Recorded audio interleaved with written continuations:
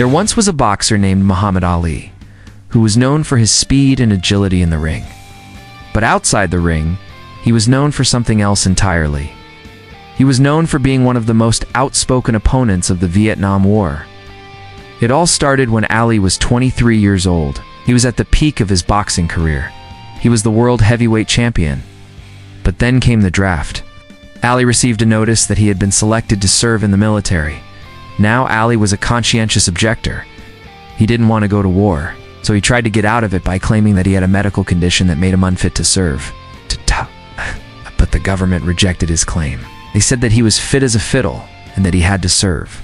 So Ali had a choice to make: go to jail for refusing to serve in the military, or find some other way to get out of it. And what he did next shocked the world. He met with the selective service system, told them that he would be willing to serve as a medic in the US Army. He said that he was willing to do anything to avoid combat. But the government wasn't having it. He said that they didn't need his help as a medic, and that he was going to serve in the infantry. Ali was desperate. He didn't want to go to war, but he also didn't want to go to jail. So he decided to take one last step.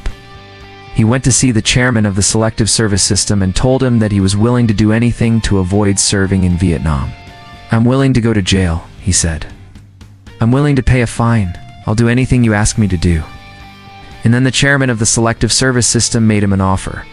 He said that if Ali would agree to serve in the military, they would make sure that he was sent to a safe base where he would unsee any combat.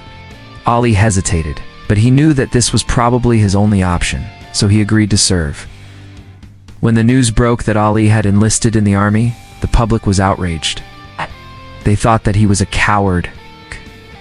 They said that he had deserted his country in its time of need, but Ali didn't care. He knew that he had done the right thing, served 2 years in the military, working in a safe base as a clerk. When he got back to the US, he was a hero.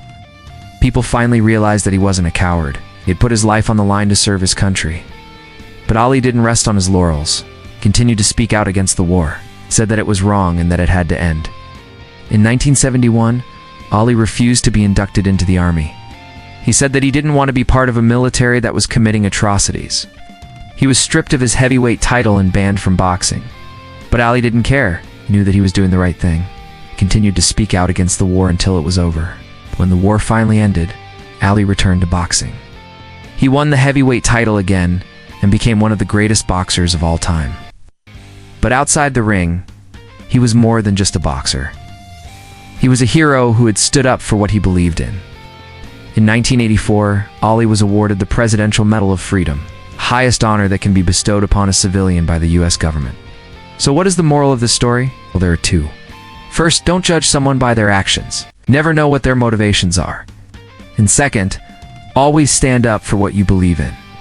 It may not be easy, but it will always be worth it. Thanks for watching. See you next time.